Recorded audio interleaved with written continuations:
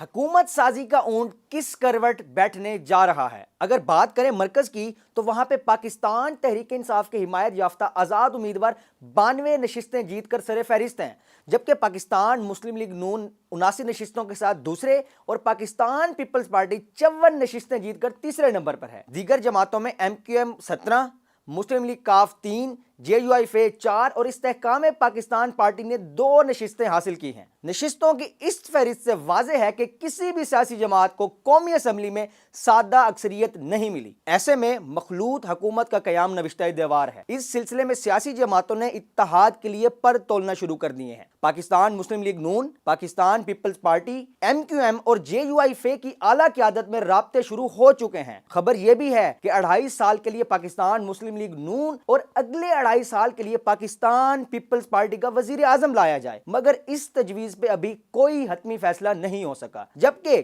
قومی اسمبلی میں سب سے زیادہ نشستیں حاصل کرنے والے پاکستان تحریک انصاف کے حمایت یافتہ آزاد امیدواروں نے اپوزیشن میں بیٹھ کے تگڑی اپوزیشن کرنے کا اندیا دے دیا ہے، اور الیکشن 2024 کے نتائج کے بعد سندھ میں پیپلز پارٹی، پنجاب میں مسلم لیگ نون اور خیبر پختونخوا میں تحریک انصاف کے حمایت یافتہ آزاد امیدوار حکومت بنانے کی پوزیشن میں آ گئے ہیں، جبکہ بلوچستان میں پیپلز پارٹی اور نون لیگ مل کر حکومت بنانے کے لیے کوشاں ہیں، جس کے لیے رابطے بھی شروع کر دیے گئے ہیں۔ سندھ میں پیپلز پارٹی صوبائی اسمبلی کی 84 نشستیں جیت کر سب سے بڑی جماعت بن گئی۔ MQM پاکستان کو 28 سیٹیں ملی، جبکہ 13 حلقوں میں آزاد امیدوار فاتح قرار پائے۔ پنجاب میں صوبائی اسمبلی کی 131 نشستیں نون لیگ کے حصے میں آئیں، جبکہ 126 آزاد امیدواروں نے میدان مار لیا اور پیپلز پارٹی کو 10 سیٹیں مل سکیں۔ خیبر پختونخوا میں آزاد امیدواروں کا راج رہا، جن کے حصے میں 90 نشستیں آئیں، جبکہ JUIF 7 اور نون لیگ 5 سیٹوں پر فاتح رہی۔ الیکشن کمیشن کی ویب سائٹ سے موصول ہونے والے نتائج کے مطابق پیپلز پارٹی بلوچستان اسمبلی کی 11، جمعیت علماء اسلام پاکستان 11 اور نون لیگ 10 نشستیں جیتنے میں کامیاب رہی، اور